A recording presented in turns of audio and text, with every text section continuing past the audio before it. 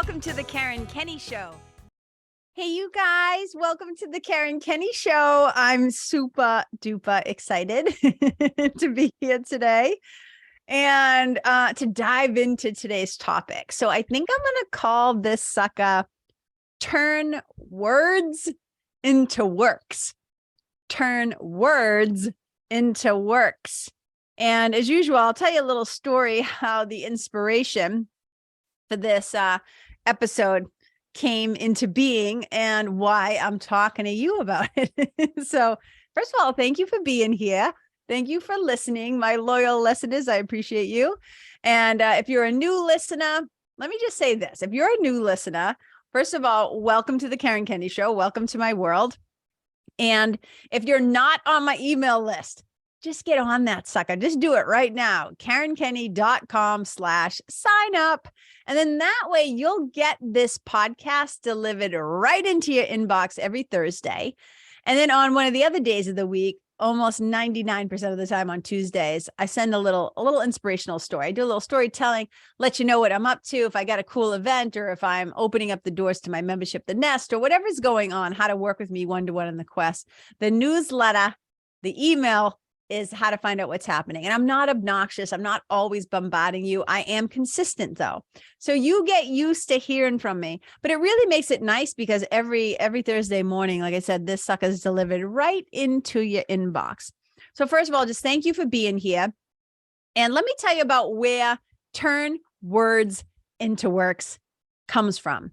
So some of you may or may not be aware of an ancient philosophy called Stoicism.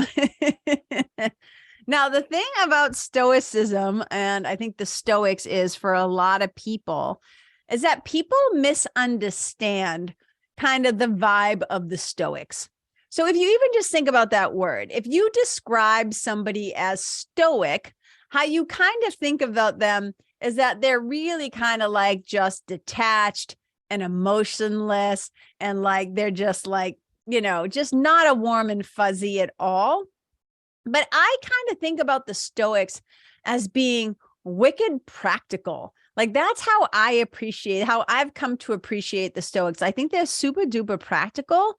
And so today's episode was inspired by Seneca, who is one of the Stoics, one of the great philosopher Stoics. And there's a quote that comes from his book, Letters from a Stoic, that really like just kind of caught my eye and ear and stayed with me.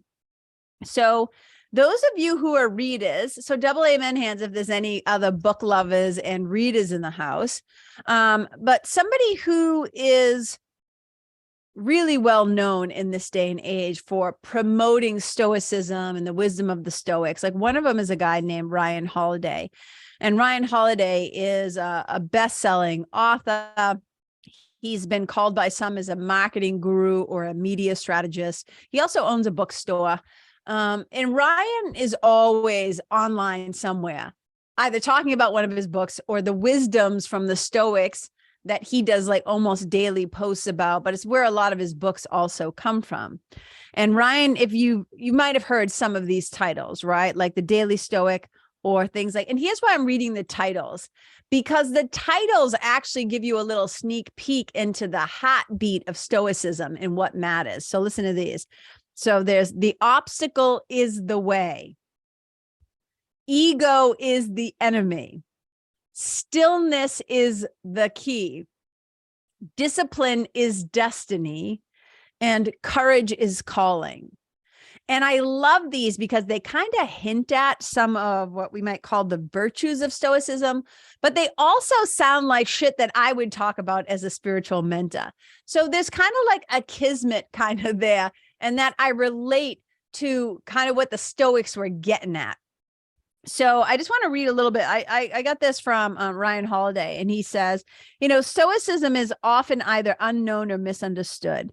And he said, to the average person, this vibrant, action-oriented, and paradigm-shifting way of living has become shorthand for, quote unquote, emotionlessness, right? Instead, though, here's the thing. You know, he he kind of comes at it like that stoicism is urgently needed in the course of life. And he goes on to talk about why.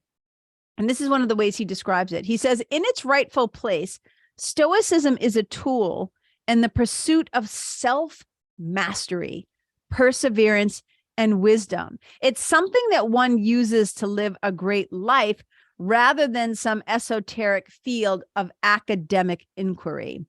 Now, I really love this. And you might have also heard of Marcus Aurelius. He was also another one of the Stoics, and Seneca, who I'm going to talk about, dive into one of his quotes today. And he said, Stoicism provides much needed strength, wisdom, and stamina for all of life's challenges. Who doesn't want that? You know what I'm saying? And so the 4 virtues of Stoicism, and then I'll get to the quote, but I wanted you to hear this to put some of this in context, right? The 4 virtues of Stoicism are courage, temperance, justice, and wisdom. And Marcus Aurelius wrote this, one of the Stoics, he wrote this: if at some point in your life you should come across anything better than justice, truth, self-control, and courage, it must be an extraordinary thing indeed. Because have we found anything better? Ryan asked this question. Have we really found anything better than being brave, than moderation and sobriety, than doing what's right, and anything better than truth and understanding? So look, I just think I think the Stoics have a lot to offer us. And you know me, I'm a spiritual mutt. And even though Stoicism would be considered a philosophy, for me, I think there's a lot of kind of spiritual threads in their way of thinking and speaking and being in the world. And I'm a spiritual mutt. So I pull from a lot of different places, and I kind of grab onto what I find wicked helpful, things that have helped me to have, to navigate life with less suffering. Who doesn't want that?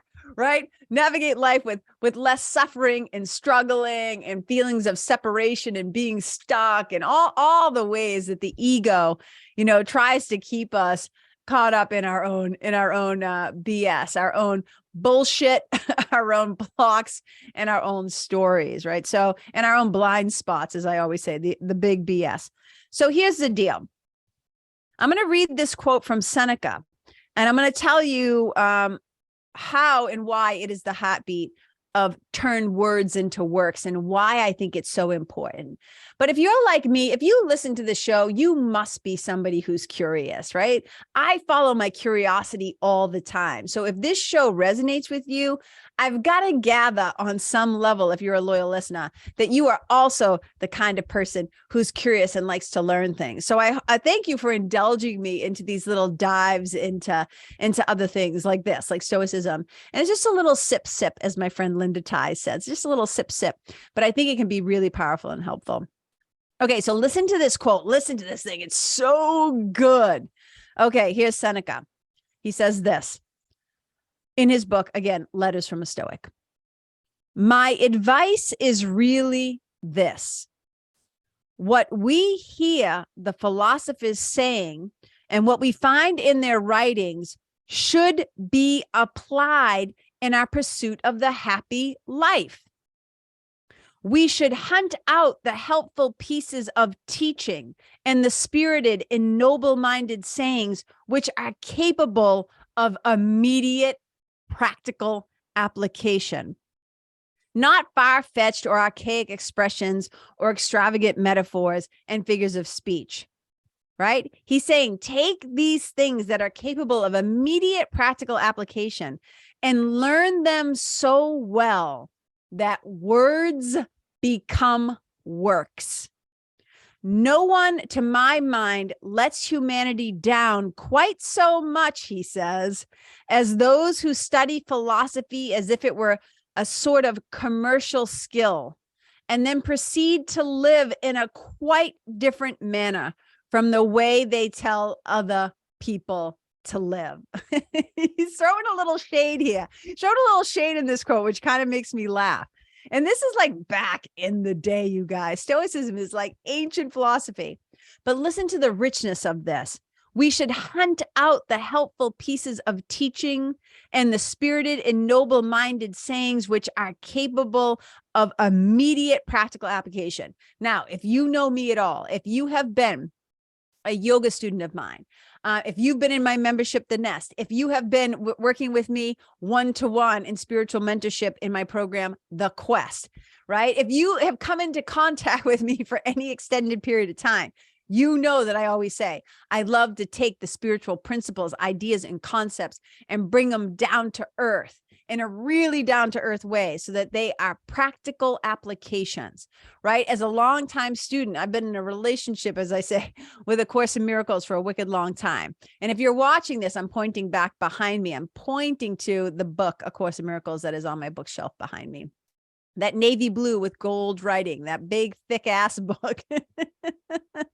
And the beauty of A Course in Miracles, why it's such a powerful teaching tool. We kind of call it like spiritual psychotherapy. Why it's such a powerful teaching tool is that it takes theory, the text that is laid out in the text at the beginning of the book, and then smack dab in the middle of the book, it has the daily lessons. 365 daily lessons, or you can consider them meditations or whatever, right? On learning how to shift your mind from fear to love.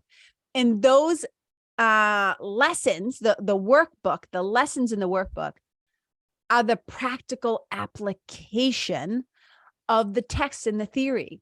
And so it's not surprising that my brain has kind of been shaped and trained in a way that if it's not practical right away, if it's not applicable, like if I can't use it and practice it right away, I am not a mentor for theorists. That is not interesting to me to just sit around. Not that visualization and creating a vision or, brainstorming and dreaming. I love all of that. Don't get me wrong. But at some point, you got to take it right off the page and into practical life. You have to take it off the pulpit, as they might say, right? And start living that shit. Otherwise, what's the point? And when he says here, take these things and learn them so well that words become works. Let me dive into this a little bit more deeply, because this is the impetus. This is the thing that made me go like, oh, I'm going to do a podcast called Turn Words into Works. And here's why.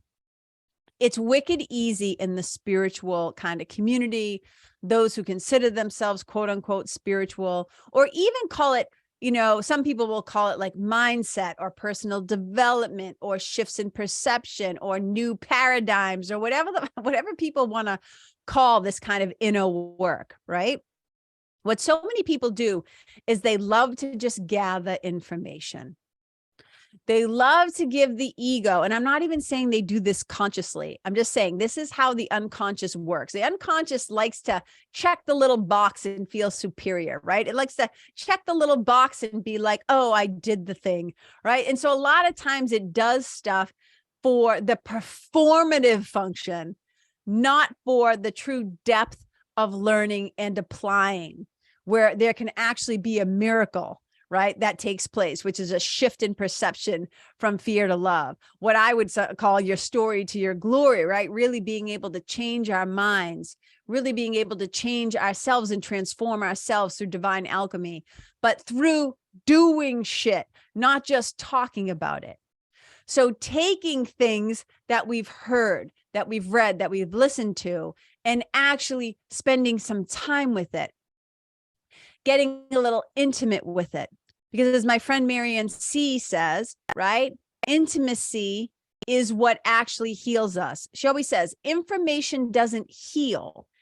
Intimacy heals. And it's getting intimate with the information, with the words, right? And whether those words come to you through reading, through a course, through a podcast, through the words of your mentor, whatever it is, right? We turn those words into works by starting to live them, be them, embody them, practice them, apply them, not just talking about them, not just checking the box. So what I see a lot of times is people will have they have a lot of books. And we often joke and say, it's kind of a joke in A Course in Miracles community that not that I would even say I'm in a Course in Miracles community, but in the larger, like, worldwide Course in Miracles community, there's kind of the ongoing joke that A Course in Miracles is the best-selling non-read book of all times. If I had a buck for every time somebody said to me, I have A Course in Miracles, I've had that book forever. I bought that book. It's on my shelf. It's on my nightstand. I've had it. It's just collecting dust, like whatever. So for me, it's about not just like checking the box and saying I bought the book, and not even just checking the box and saying I read the book. It's, are you taking what you read? Are you taking what you learned? And are you applying it? Because for a lot of people, the process and practice stops at bought the book. For a bunch of other people, it stops at read the book. And people love to say, oh, I read that book. Oh, I have that book. Oh yeah, I know that book. And I'm like, well, you don't really know a book until you've actually spent some time with the book, maybe like sat with it, journal. And I'm not saying everybody has to journal in every book they read. And let me be clear here when I say books. I'm talking specifically usually like nonfiction books, books that are teaching you something. Not that novels can't teach us things, not that fiction and novels can't teach us things.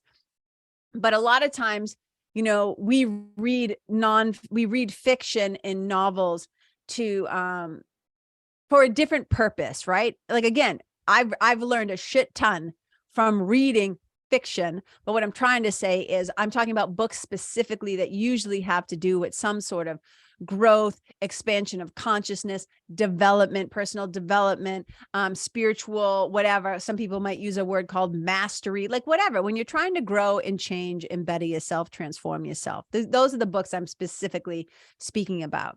And a lot of times people, like I said, they stop at, I got the book or I read the book. And they just like to be like, oh yeah, now look at, I'm a lover of books. I am a lover of words. As you can tell, I like to use a lot of them. Just being honest, people. I love words and books and reading. In fact, I don't know if there's anything I like more than being on a warm beach somewhere with a book and some snacks and some, and some water, something to drink. Oh my God. It's like my favorite thing in the world.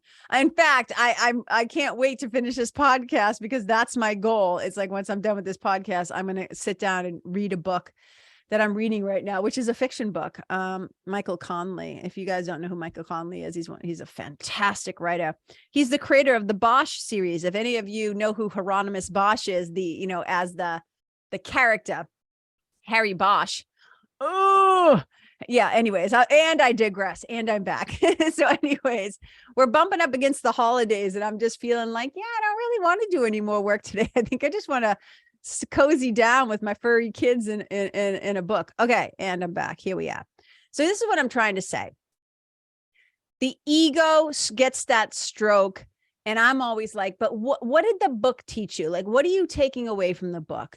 And I know time is short. So let me just say something else that I believe.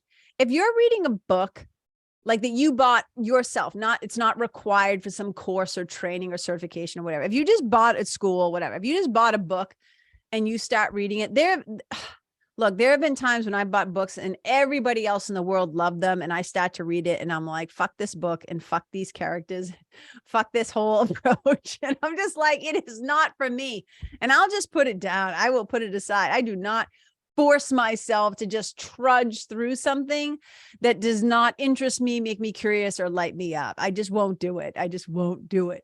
I mean, unless if I needed it for an interview or something like that. But, I'm like, look, my days and time is numbered and I don't have enough time. There's too much shit I want to read and learn and expand my mind with. So I'm not going to waste it on stuff that doesn't light me up and do it for me. But when I read a book, I always have, like, if you can see my desk right now, right? Like, I'll just show you. I have all these different colored like pens and I have like all these different colors. So I'm holding up a bunch of different colored pens, you guys. There's light blue, like aqua, dark blue, red, purple, black, green.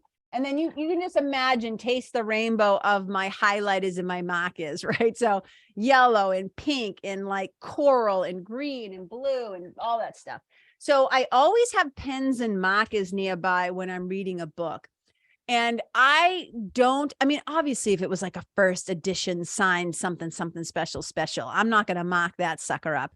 I will buy a second copy usually of something. If something feels precious to me, if it's like, a signed book that one of my friends, or somebody I know who or an author that I love, if I get a signed version of their book, I don't mock that sucker up. I'll get like a paperback version or another version. I'll mock the shit out of that one. But I don't treat my books as precious. I treat them almost as kind of like living, breathing welts of information. So I get in there and I underline things and I highlight things. The one thing that I don't do anymore that I used to do as a kid when I didn't know any better is I used to bend the edges of the pages in to mark things. And it ruins your books, you guys. And over time, those creases will become permanent. And a lot of times those things will wear down and snap off. So now I use like little Post-it notes and different ways of marking, like bookmarks. I have a ton of bookmarks and stuff like that. So I try to respect my books, but I don't treat them so preciously because I want to squeeze out of them what I can squeeze out of them. I want to glean out of them what I can glean out of them. I want to spend some time with them. And so I know some people will take notes and then they'll journal about things, right? They'll keep notes on the side on a separate piece of paper. I know one person, I don't know if they do it with books. I think they do, but I know one person who has basically kept a log of every single movie that they've ever seen. And I kind of feel that way about books, I think in a lot of ways, all the words that exist in books, like I have a deep respect for writers and the craft of writing and what it takes to actually, be a writer and to produce, like a book and put stuff out into the world. And, nowadays we see people who just hire people. This blew my mind.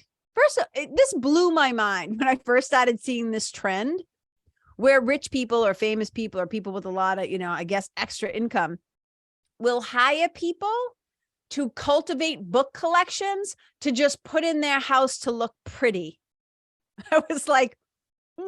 Like, what is happening right now? Like ever since I was a little kid, I've always dreamed of having like a particular room in my one-day house with all these built-ins, all these built-in bookshelves all the way around. Those library ladders that just kind of roll, like if you've ever been to a library, I'm like, oh my God, it would be so cool to like have a library, like with all these books, but that I actually read. But some people use books as decorations and they'll have somebody cultivate a collection and then they'll color code it. So that like now it looks really pretty, like all the white books in one section, all the yellow books in one section, all the red cover books, all the black, all the blue, all the purple, all the green. And they just kind of create like these spaces for visual pleasure, but people don't actually spend any time with the material, with the author's words, with these people who are sharing from their minds and their hearts and their imaginations, right? People are interesting, man. And that's not to judge anybody. Hey, to each his own, whatever you want to do. But I read my books. Like I get into those things. I spend some time with those things because I want to take the words and turn them into works.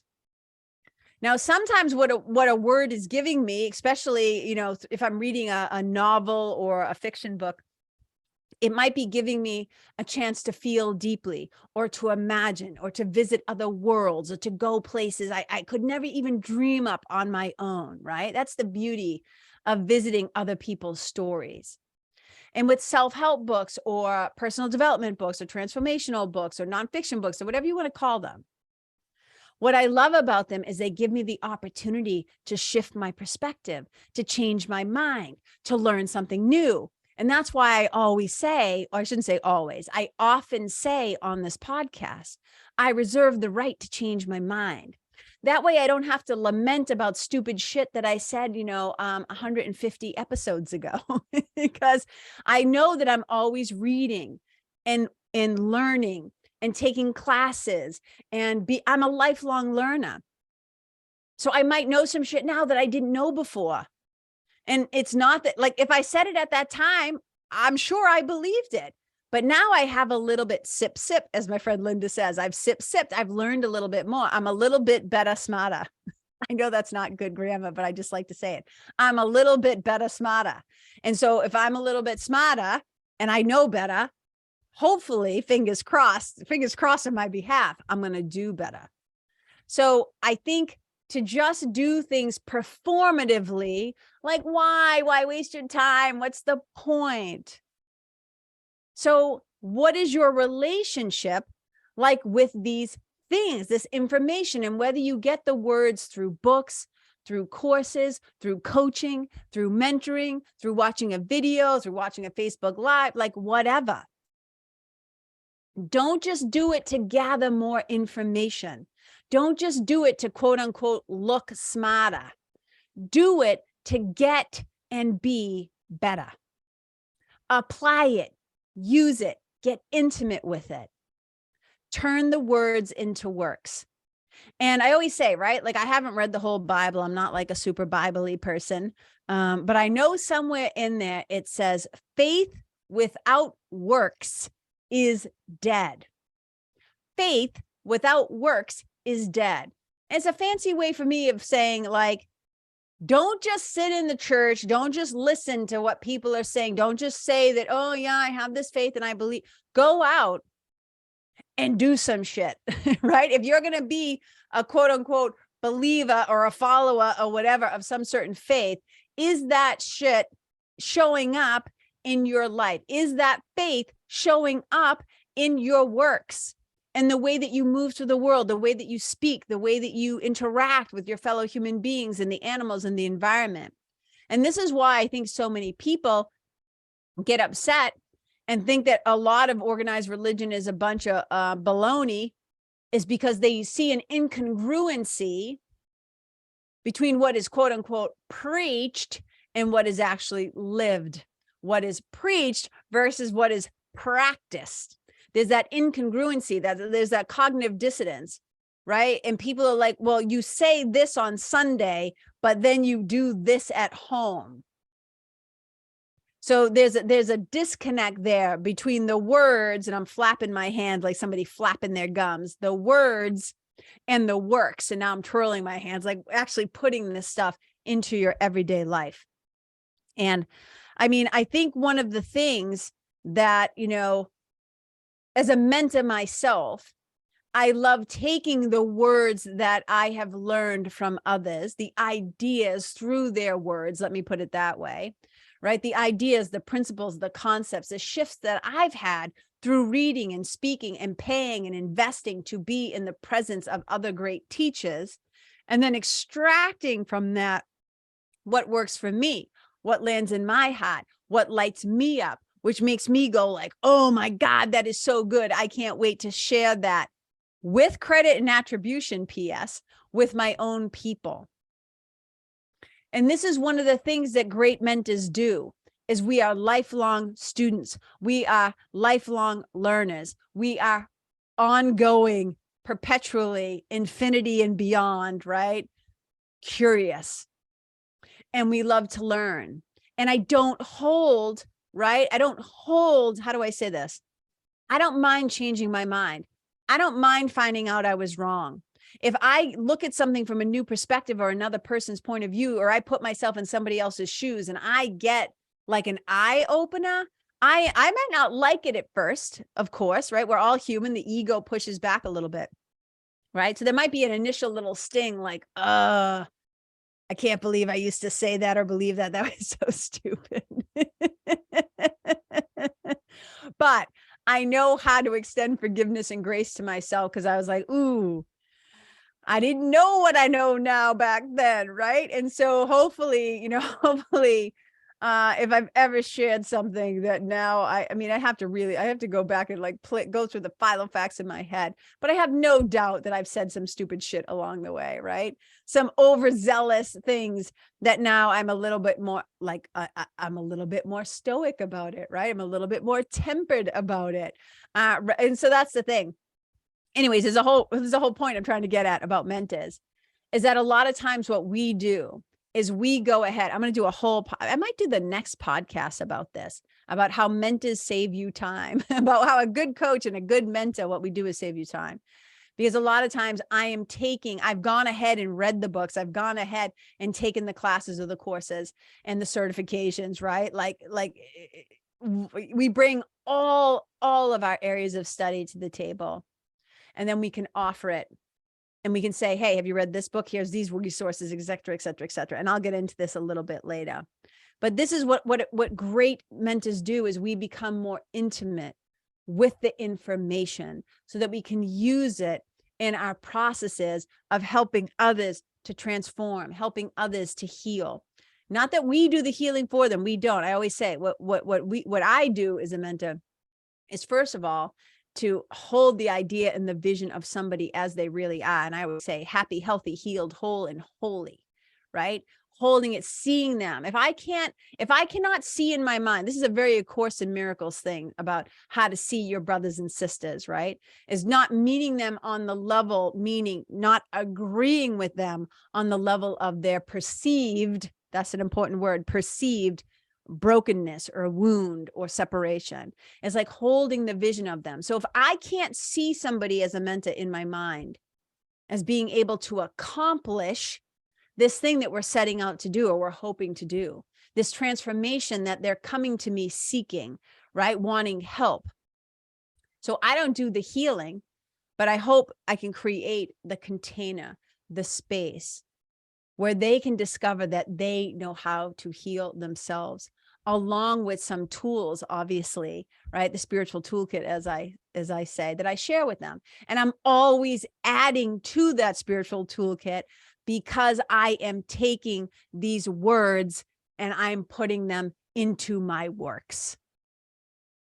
So this is really an invitation, you guys, to, if you're going to listen to a podcast, if you're going to hire and invest in yourself by, hiring a mentor or a coach or whatever, like, why sign up for a program? And I'm not talking like a DIY course where you're left to your own devices and stuff like that. Like, plenty of people buy those courses because they know, hey, it's on sale now, I'll get to it 3 months from now. I'm not talking about that. But if you're going to sign up to work one-to-one with a human being where you actually get time with them, it behooves you to actually show up, be present, pay attention, and then put that shit to work, to do the exercises. I always say there's a method to the madness.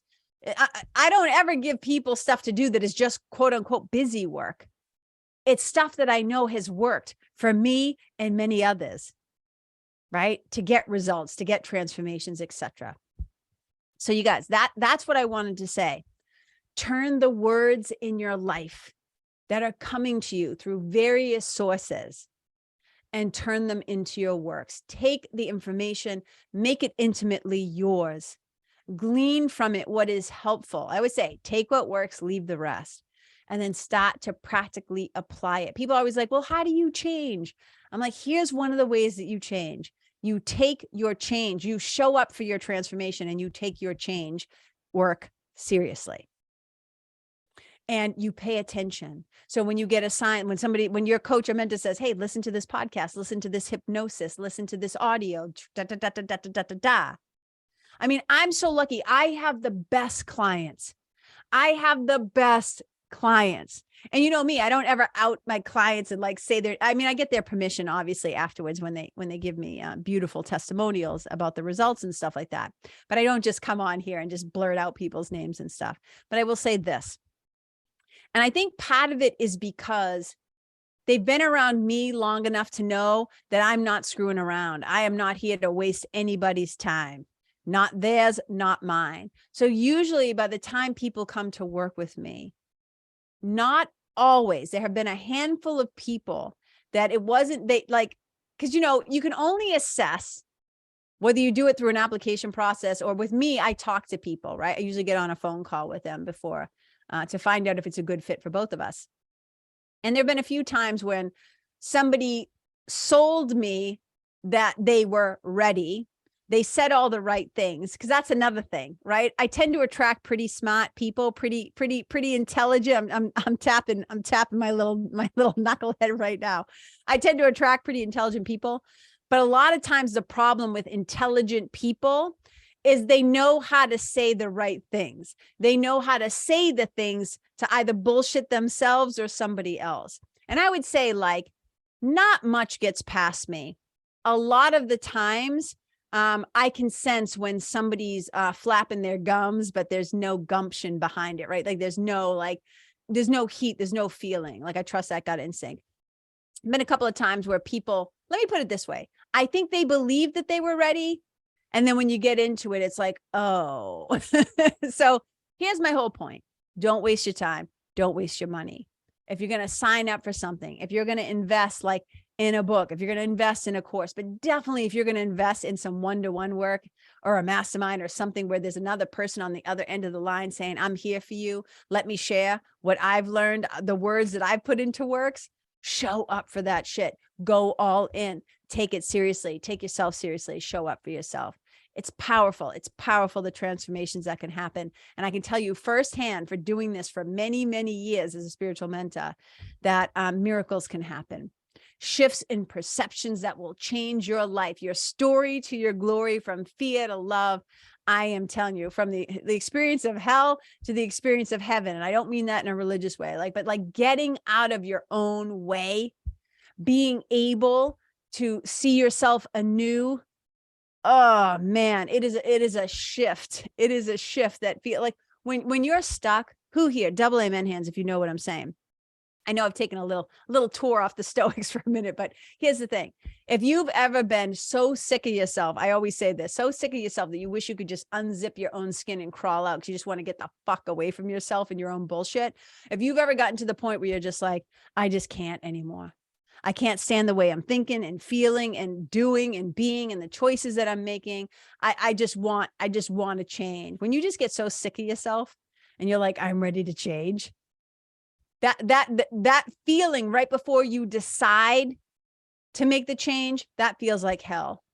And when you start to get a little help, when you start to learn how to self-resource, when you start to get some resources in the spiritual toolkit, when you start to learn and take the words and turn them into works, and you start to practice and get more evidence and grow and expand, that feels a little heavenly. That's what I'm trying to say. My long way of saying it.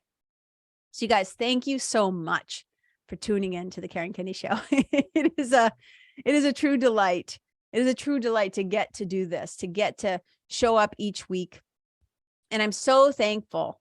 I'm so thankful for all of you who listen, all of you who show up, all of you who have left reviews. If you haven't left a review of this show yet, you guys, on Apple, and you really like the show, if you dig the show, if you have something positive to say, will you please? Holiday season is a little gift to me, right? Will you go on and leave a good review, because it really helps the show to grow. Maybe just write yourself a little note if you tend to forget, because I know a lot of people have every intention in the world of doing it, but then their attention gets taken away onto other things, because I know the world is moving pretty fast. If you know somebody who could benefit from the show, listening to the show, send them my way. Send them to the link, KarenKenney.com/sign up. Get them on the email list so this sucker gets delivered right into their inbox, or just share it with them. Thank you to everybody who ever posts on social media and shares this. There's a few of you who are so consistently kind and good at sharing the show with others and tagging me so I see it, so I can say thank you. Those of you who share word of mouth, my work and my words, just thank you so much. But also, I'd be remiss if I did not acknowledge, a lot of times people talk about their podcast teams. I don't really have a team. I have one person, and her name is Erin. I call her Eron. So Eron, if you're listening, which I know you are, or you're reading the transcript, or you're doing something, thank you so much, sweetheart, for helping me to get this out into the world. I could not do it without you, and I appreciate you and love you so much. So you guys, thank you so much. I know we're heading into, again, we're not supposed to quote unquote date. You're not supposed to date your episodes by dropping time of year or whatever, but here's the deal. Right behind me, out those two windows, you're going to see when it's winter. You're going to see when the seasons change. So we are heading into the fall. I'm not trying to, me, it's about transparency.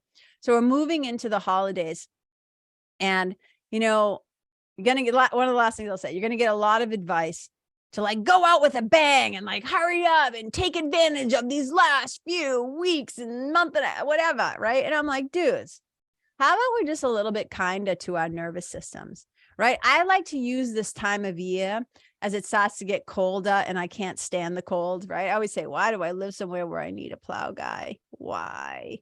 So I tend to go into a little bit of hibernation. But what does not slow down is my creativity and my curiosity. So this is a great time of year to start to kind of look back on and look forward a little bit and start to envision and imagine, how do I want to feel? Not so much what do I want to do, but like, how do I want to feel moving forward? And maybe I'll do a whole podcast about this for December, right? Maybe I'll save all my thoughts that I'm about to spurt on you now. I'll save it to then. But don't overload or short circuit your nervous system. Okay. Let's just be a little bit kinder to ourselves and to each other and to the animals and to the planet and to the environment, right? Maybe we can do that. Can we be kinder to ourselves and each other? Oh, you guys, thank you for your kindness. Thank you for being here. I appreciate you so much. I'm sending so much love your way. I hope you have safe and happy and healthy holidays, whatever you celebrate. And just know what I always say. If you're going to be meeting with your family, leave them better than how you found them. Okay. If you're going to be like going anywhere out in the world, driving in traffic, shopping somewhere, I was going to say shopping at the mall. Do people actually shop at the mall anymore? You can tell I'm in my 50s. But like wherever you go, every time you interact with somebody, you have an opportunity to leave people better than how you found them.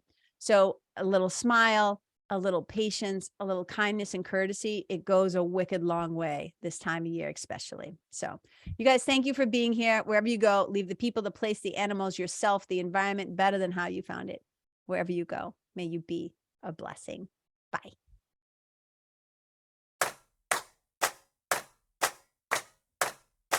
Hey, you guys, thank you so much for tuning in to this episode of the Karen Kenney Show. I super duper appreciate your time, friendship, and support. And look, if something that I shared from my heart today somehow landed in yours, I'd love to hear about it. So please tag me on Facebook or Instagram or IG stories or wherever the cool kids are hanging out these days. And let me know what your favorite part was or what you found most helpful. You can find me over at Karen Kenney Live. That's Karen, KENNEYLIVE. And if you're digging what I'm saying and you want to hear more, I'd be wicked grateful if you could go to iTunes and subscribe and leave a review, because you guys, that's how you'll help me to keep spreading the love.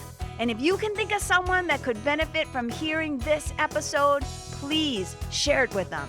I'd also love to stay connected with you. So if the feeling is mutual, please go to KarenKenney.com/freebie and download my free guide to building your spiritual team. Until next time, my brothers and sisters, keep living in the fearless flow. Know that I see you, I appreciate you, and I love you. And wherever you go, may you be a blessing.